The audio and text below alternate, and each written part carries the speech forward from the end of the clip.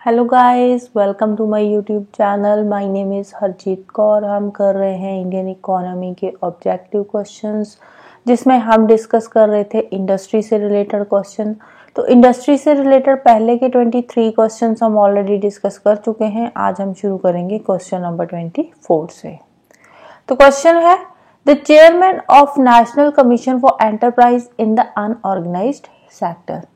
National commission for enterprise ये कब बना था? ये बना था 2004 में, 2004 में बना था। तो उस टाइम पे इसके चेयरमैन कौन थे? अर्जुन सेनगुप्ता। नेक्स्ट है, which one of the following committees recommended the abolition of reservation of items for small scale sector in industry. Small scale industries में रिजर्वेशन को अबॉलिश करने की रिकमेंडेशन कौन सी कमेटी ने दी थी? तो कमेटी का नाम था अब्दुल हुसैन कमेटी। ये कमेटी कब बनी थी? 1997 में। नेक्स्ट है, अ labour intensive industry is one that. Labour intensive industry कौन सी होती है? जहां पे लेबर की ज्यादा से ज्यादा जरूरत होती है। एम्प्लॉयज मोर हैंड्स, जहां पे ज्यादा काम करने के लिए हमें लोग चाहिए। फॉर एग्जाम्पल कौन सी हो गई? T industry. टी सेक्टर में ज्यादा से ज्यादा हमें लेबर की जरूरत होती है, लेबर इंटेंसिव इंडस्ट्री है। नेक्स्ट है, the licensing policy for the industries Drew strength from. Licensing policy जो आई थी, तो इसको जो स्ट्रेंथ मिली थी, कहां से मिली थी लाइसेंसिंग पॉलिसी को स्ट्रेंथ? इंडस्ट्रियल एक्ट 1951 से मिली थी। नेक्स्ट है, Abid Hussain committee was related to. वही जो हमने पहले क्वेश्चन डिस्कस करा था, वही क्वेश्चन यहाँ पे उल्टा करके दे दिया है। वहां पे क्या था क्वेश्चन कि स्मॉल स्केल इंडस्ट्रीज में जो रिजर्वेशन है उसको अबॉलिश करने की जो रिकमेंडेशन थी, कौन सी कमेटी ने दी थी? कमेटी का नाम था आबिद हुसैन कमेटी। तो अब यहाँ पे उसी क्वेश्चन को घुमा दिया कि आबिद हुसैन का जो कमेटी है वो किससे रिलेटेड है? स्मॉल स्केल इंडस्ट्री से।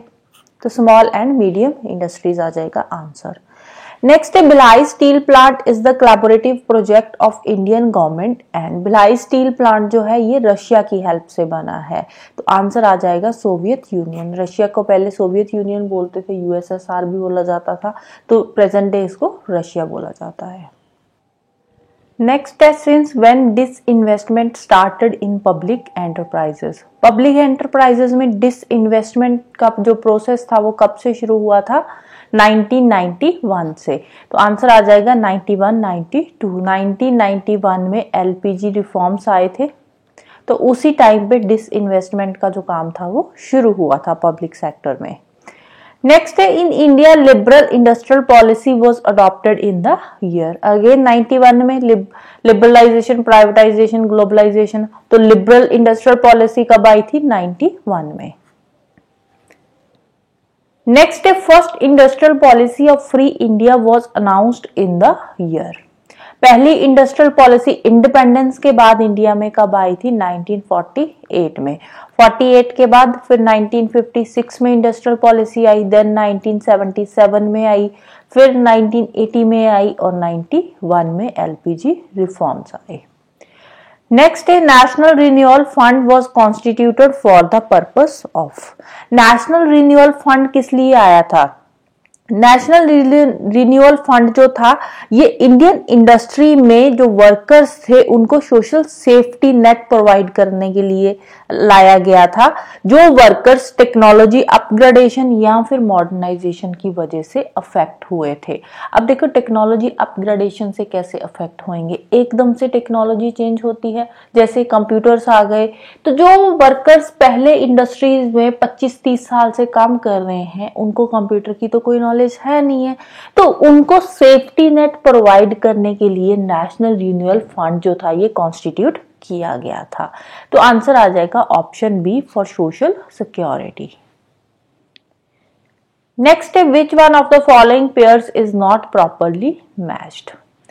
फर्स्ट है रिलायंस, मुकेश अंबानी है इसके इंडस्ट्रियलिस्ट का नाम। विप्रो, आर कृष्णमूर्ति नहीं है, इसके इंडस्ट्रियलिस्ट का नाम क्या है? Azim Premji.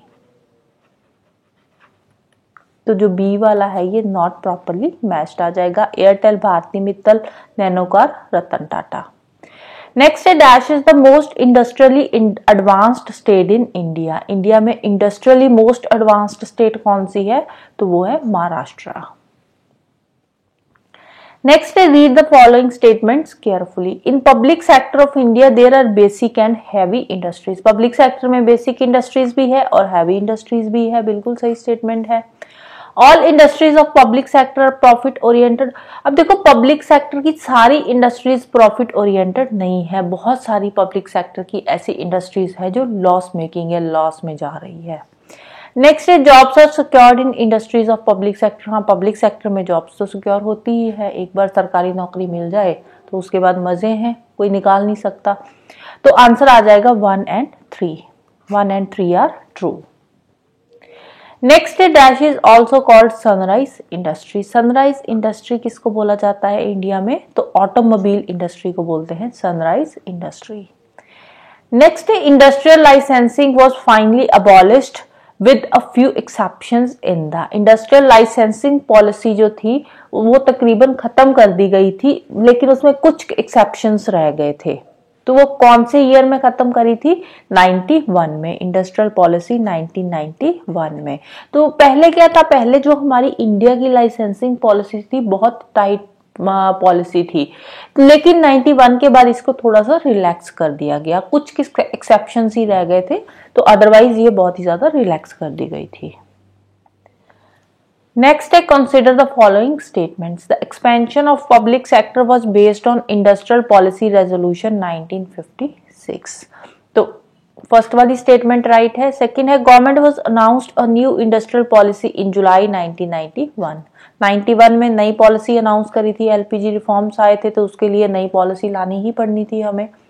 Government has not announced any industrial policy at all. अब तक बहुत सारी इंडस्ट्रियल पॉलिसीज अनाउंस हो चुकी है, 48 की, 56 की, 1956 की हो गई, 1977 की, 1980 की, 1991 की, तो बहुत सारी इंडस्ट्रियल पॉलिसीज जो है अनाउंस हो चुकी है। तो आंसर आ जाएगा 1 and 2 are correct, option C. Next है the first heavy electrical equipment manufacturing plant set up in the public sector in 1960 is at 1960 में पहला जो heavy electrical equipment plant था वो कहाँ पे सेटअप हुआ था, दुर्गपुर में, दुर्गापुर स्टील प्लांट। नेक्स्ट है रूरकेला स्टील प्लांट वो setup with the assistance from. Rourkela steel plant बना था वेस्ट जर्मनी की हेल्प से। नेक्स्ट है economic liberalisation in India started with. Economic liberalisation जब शुरू हुई थी तो इंडिया की जो इंडस्ट्रियल पॉलिसी थी उसमें बहुत सारी चेंजेस करी गई थी। तो आंसर आ जाएगा substantial changes in industrial licensing policy. Next है match list 1 with list 2। List 1 में एल्यूमिनियम कंपनी का नाम है, लिस्ट 2 में उसकी लोकेशन दे रखी है। बाल्को ये कहाँ पे है, ये कोरबा में है। सेकंड है हिंडाल्को, ये रेणुकोट में है। थर्ड है इंडियन एल्यूमिनियम कंपनी, ये हीराकुंड में है। और नाल्को कोरापुट में है, राइट। नेक्स्ट है consider the following factors regarding an industry. Capital investment, अब देखो इंडस्ट्री सेटअप करनी है, कैपिटल इन्वेस्टमेंट तो करनी होगी। बिजनेस टर्नओवर, अब ये बिजनेस टर्नओवर ये बाद की बातें हैं, स्टार्टिंग की नहीं है। लेबर फोर्स, इंडस्ट्री सेटअप करनी है, लेबर भी हमें चाहिए। पावर कंजम्पशन, अब इंडस्ट्री के लिए पावर भी चाहिए। तो आंसर आ जाएगा 1, 3 and 4 ऑप्शन ए। नेक्स्ट है consider the following pairs. Ashok Leyland ये हिंडुजा ग्रुप का है। हिंडाल्को इंडस्ट्रीज ये एबी बिरला ग्रुप की है। सुजलॉन एनर्जी ये तुलसी तांती की है। तीनों के तीनों पेयर्स ही करेक्टली मैच्ड है। तो आंसर आ जाएगा option D 1, 2 and 3। Next, in the context of India's 5-year plans, a shift in the pattern of industrialization with lower emphasis on heavy industries and more on infrastructure. कौन से 5-year plan में हमने heavy industries पे अपना emphasis जो था वो कम कर दिया था, लेकिन infrastructure पे बढ़ा दिया था। तो ये बात है 6th 5-year plan की, right? So this is all about today. तो जाने से पहले वीडियो को लाइक कर देना, शेयर कर देना और चैनल को सब्सक्राइब कर लेना। Thank you, bye bye and have a nice day.